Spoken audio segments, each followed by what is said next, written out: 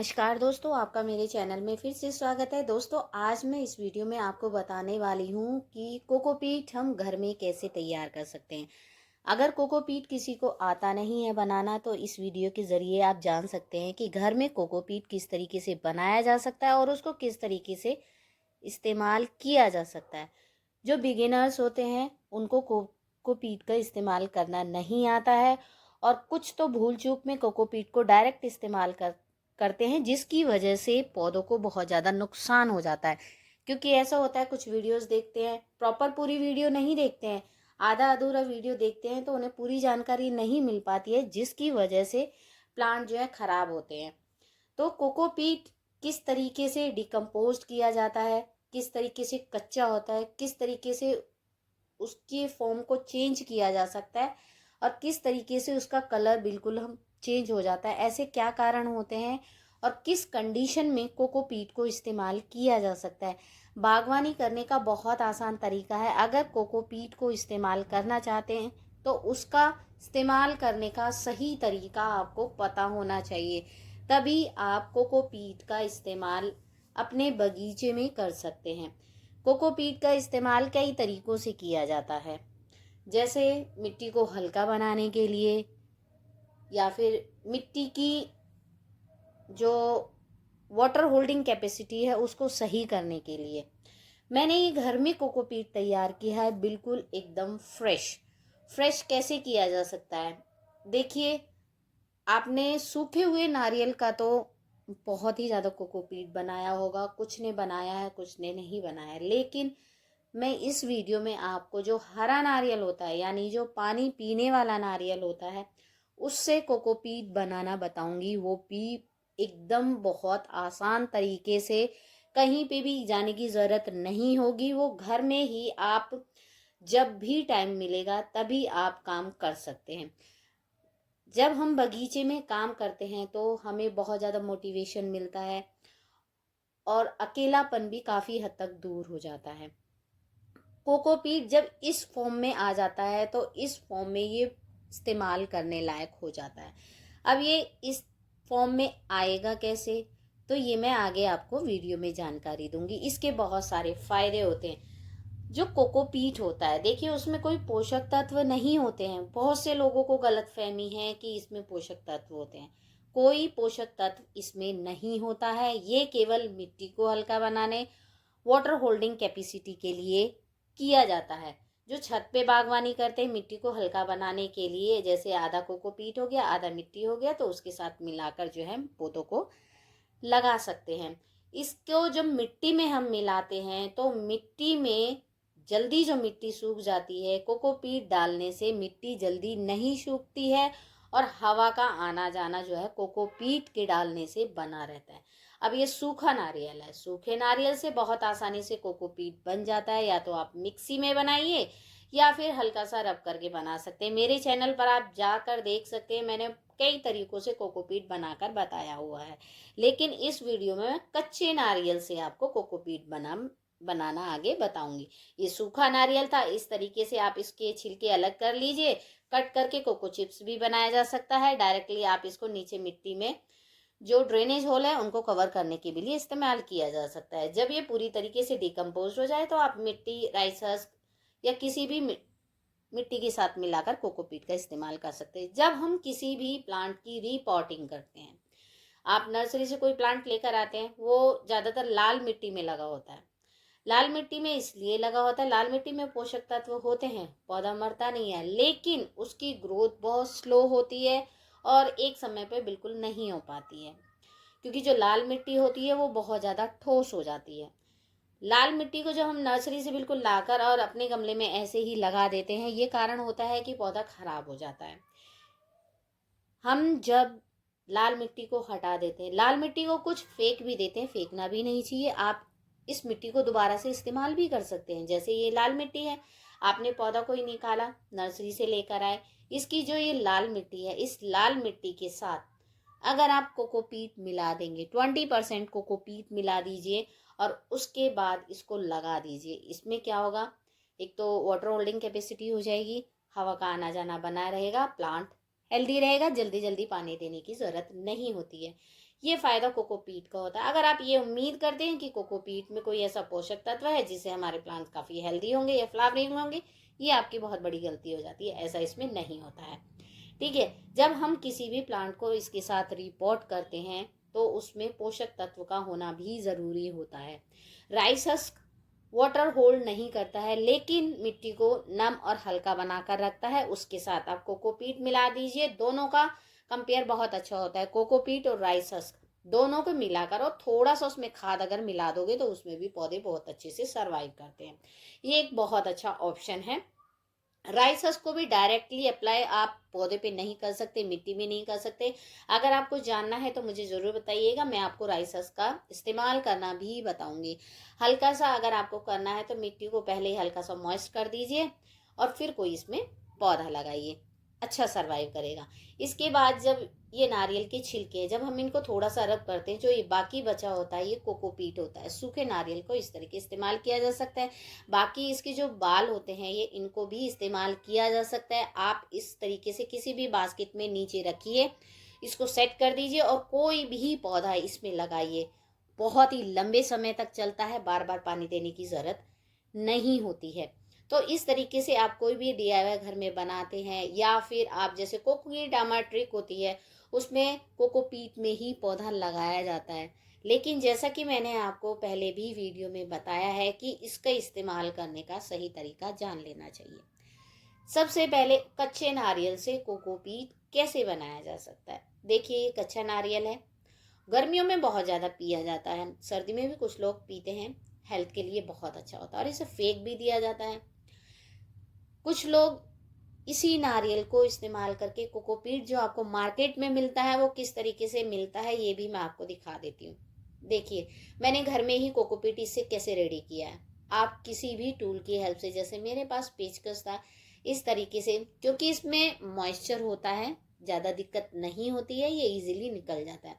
पहले आप इसको हल्का हल्का सा इस तरीके से कीजिए, हल्की सी इसमें जगह बना लीजिए, लेकिन टूल थोड़ा सा हार्ड होना चाहिए ताकि आप थोड़ा सा प्रेस करें तो इसमें जगह बन जाए।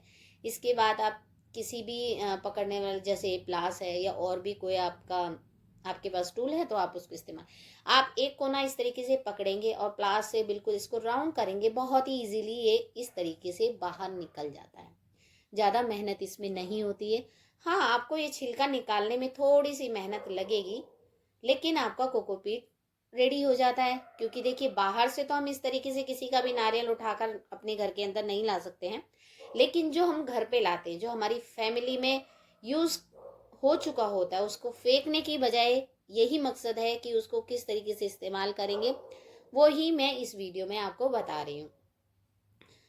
इस तरीके से छोटे छोटे से इसके पार्ट कीजिए और धीरे धीरे करके आप इसको निकाल लीजिए। जब आप ये काम करेंगे, एक तो आपका जो है टाइम भी थोड़ा सा अच्छे से कट जाएगा। ये टाइम जो होता है, अगर आप ज़्यादा बिजी नहीं हैं, कभी फ्री हैं, तो इस तरीके के काम को आप कर सकते हैं। मन भी लगता है और टाइम भी निकल जाता है। इस तरीके से हम इस छिलके को जब निकालेंगे, ये होता है देखो कच्चा नारियल।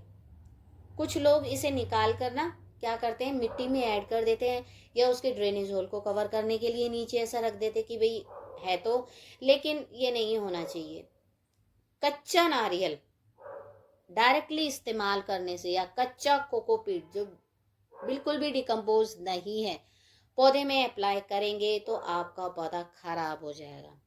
क्योंकि जो कच्चा नारियल होता है उसकी जो ये बाल होते हैं, इसमें बहुत ज़्यादा मॉइस्चर होता है, इसमें सोडियम और क्लोराइड होता है, इसमें नमक की मात्रा होती है, जिसकी वजह से डायरेक्ट इस्तेमाल करने से पौधे की जड़ें सड़ जाती हैं, पौधे की ग्रोथ रुक जाती है और पौधा जल्दी से खराब हो जाता है। आपकी जो मिट्टी की उपजाऊ क्षमता है उसको पूरे तरीके से खत्म कर देता है।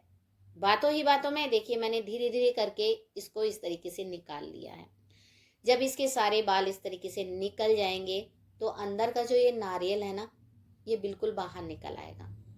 इसका आप कोई भी डीआईवाई बना सकते हैं।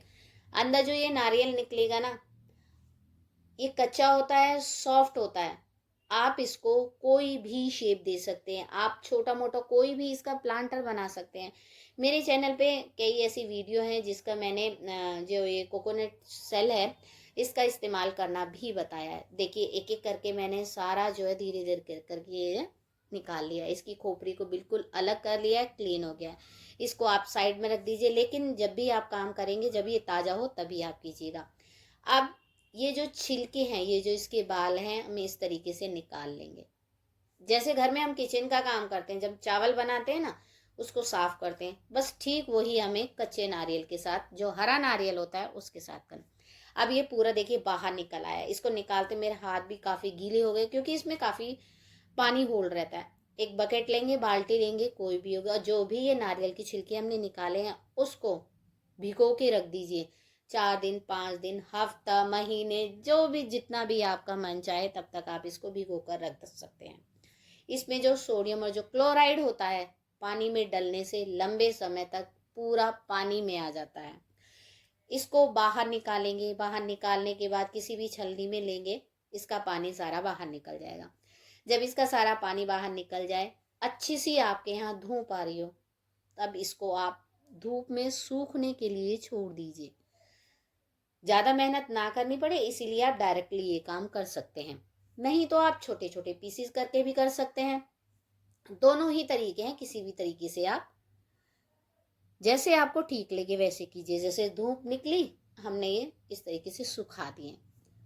जब कच्चा जो नारियल है, इसके जो बाल हैं, वो महीने 15-20 दिन जितने भी डूबे रहेंगे, इसका कलर बिल्कुल चेंज हो जाता है, कुछ इस तरीके से।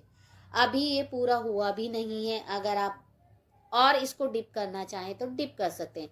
इस समय ये जो कंडीशन आप देख रहे हैं, इस तरीके से आप डायरेक्टली अपने पौधे में इस्तेमाल इसको कर सकते हैं। अब ये देखिए कोकोपीट हमारा बहुत अच्छे से और बहुत ही सुंदर साफ सुथरा कोकोपीट तैयार हो गया है। इसका कलर भी बहुत सुंदर है। अगर आप इसको ज़्यादा लंबे समय तक रखते हैं तो इसका कलर बिल्कुल काला हो जाता है। आपने देखा होगा जो कोकोपीट ब्रिक आती है, आप उसको जब पानी में भिगो के रखेंगे तो वो 7 गुना या 10 गुना और भी ज़्यादा बढ़ जाती है। क्यों? क्योंकि वो पानी को पी लेती है। आपको ज़्यादा मेहनत नहीं करनी है तो आप मार्केट से मंगाएं और उसको इस्तेमाल कर लीजिए। कोकोपीट इस्तेमाल करने की भी एक लिमिट होती है।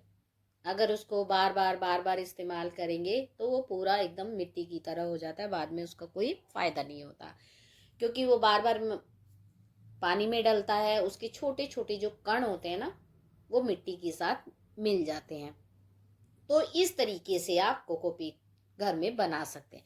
जैसे मैंने कोई खाली ये लिया और उसके अंदर मैंने कोको चिप्स डाले या फिर कोकोपीट डाला, थोड़ी सी देर आप डालकर छोड़िए इसको। जब थोड़ी देर के बाद आप बाहर निकालेंगे तो देखिए इसमें कितना सारा पानी बाहर निकल कर आता है। तो इस तरीके से ये काफ़ी ज़्यादा पानी होल्ड कर लेता है। कोकोपीट के बहुत सारे फायदे होते हैं। आप इसकी मोस स्टिक भी बना सकते हैं। जब इसके ये बाल इस तरीके से निकल जाए ना, हल्का सा सूख जाए, इसको ज़मीन के अंदर नीचे से इस तरीके से रब कीजिए तो भी कोकोपीट बाहर निकल आता है। पानी में जितने लंबे समय तक ये छिलके डूबे रहेंगे, उतनी ही जल्दी ये अपने जो छोटे छोटे कणे बाहर निकाल देता है और अलग हो जाता है। ये बहुत ही ज़्यादा आसान तरीका हो जाता है। तो दोस्तों, जब हम कोकीडामा कोई भी इस तरीके का प्लांट बनाते हैं ना, तो वहाँ पर भी इसका इस्तेमाल किया जा सकता है। बहुत ही अच्छा इसका यूज़ होता है। आप इसको जैसे मान लीजिए कोई DIY बना रहे हैं, आपने कोई नेट लिया और उसमें कोकोपीट भर दिया और उसमें छोटी छोटी सी कटिंग लगा ली, बहुत अच्छा सा DIY बनकर तैयार हो जाता है। आपने कोकोनट की जो है ये रस्सी भी देखी होगी, ये इसी तरीके से बनाई जाती है जैसा कि मैंने आपको दिखाया है। हरा नारियल होता है, जब उसकी बनाई जाती है तो जल्दी से उसको इस तरह लपेट दिया जाता है।